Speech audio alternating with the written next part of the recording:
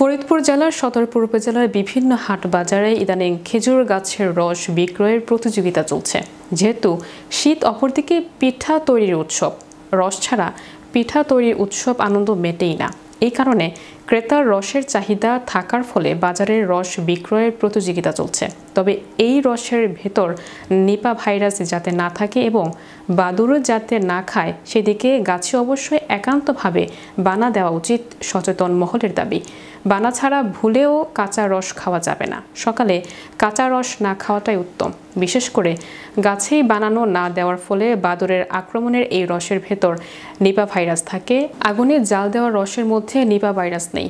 বাংলাদেশ ৬ ঋতুর দেশ। ২ মাস পর পর ঋতু বদল হয়। ঋতুচক্রের পরিবর্তনের ফলে শীত আসে।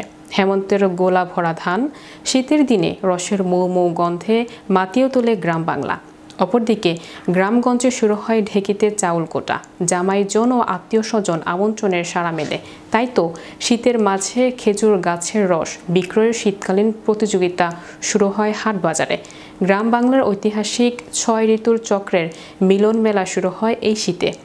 বছরে ঘোরপাক খায় মাস, দিনের বিবর্তনের ধারা পাল্টিয়ে গেছে।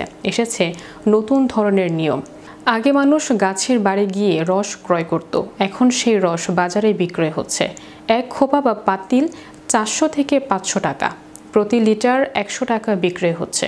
তবে গুড়ের দাম বাড়ার কারণে রসের দাম বৃদ্ধি পেয়েছে। যেহেতু এখন শীতকালীন মনোরম পরিবেশে পিঠা তৈরির ধুমধাম উৎসব চলছে গ্রামগুলোতে বলে জানান গাছিরা। কত করে বেচেন আপনি? ৫০০, ৪০০, প্রতি হাড়ি ৪০০, ৫০০ টাকা করে বেচেন। আমার প্রতিটা গাছে বানা দেওয়া এবং বানা আমি বানাই দিছি, কোনো কাপড় চোর বানা না, ওই বাঁশের চটি উড়িয়ে তারপর বানাই দিছি।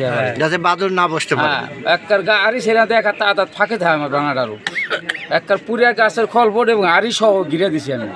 বর্তমানে এই হাড়ি প্রতি কত করে বেচেন? এই আড়ি কাঁচামাল তো কোনোদিন ৫০০ বিঘা, কোনোদিন ৭০০ বিঘা, কোনোদিন আবার ৪০০ বিঘা।